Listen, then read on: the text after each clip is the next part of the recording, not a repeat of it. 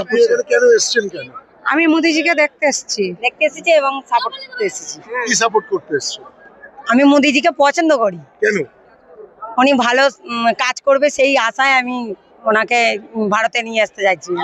ভারতেই তো উনি আসেন। হ্যাঁ, উনি আছেন, আমাদের বাংলায় আনতে চাই। বাংলায় আনতে চান। হ্যাঁ, আচ্ছা, যে মাটিতে আপনি দাঁড়িয়ে আছেন, এই সিঙ্গুরের মাটি, হ্যাঁ। আপনি হুগলির মানুষ, হ্যাঁ, তো এই সিঙ্গুরের মাটি তো আগের বারে রাজনৈতিক পট পরিবর্তনের একটা সাক্ষী। হুম। তো সেখানে দাঁড়িয়ে এই মাটিতে আমরা পরিবর্তন চাইছি, কি পরিবর্তন চাইছেন?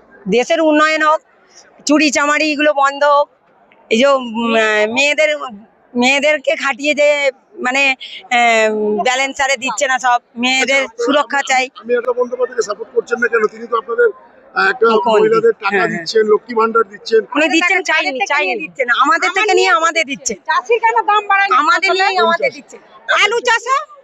আলু চাষে তো আমার দিনে মেরেই দিচ্ছে প্রত্যেক বছর। আলু বাইরে যেতে দেয় না, ভারতের রাজ্যের মানে উড়িষ্যায় যেতে দেয় না, বন্ধ করে রেখেছে।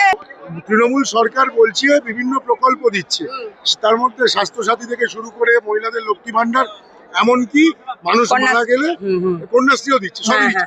তারপরেও কেন আপনারা মোদিজিকে চাইছেন? মোদিজি সবকিছু দিচ্ছে, আপনি বলুন। মোদিজি সবকিছু দিচ্ছে, মমতা পরিচালনা করছে, ওকে চাই না, ওকে বাংলা থেকে দূরটা করতে।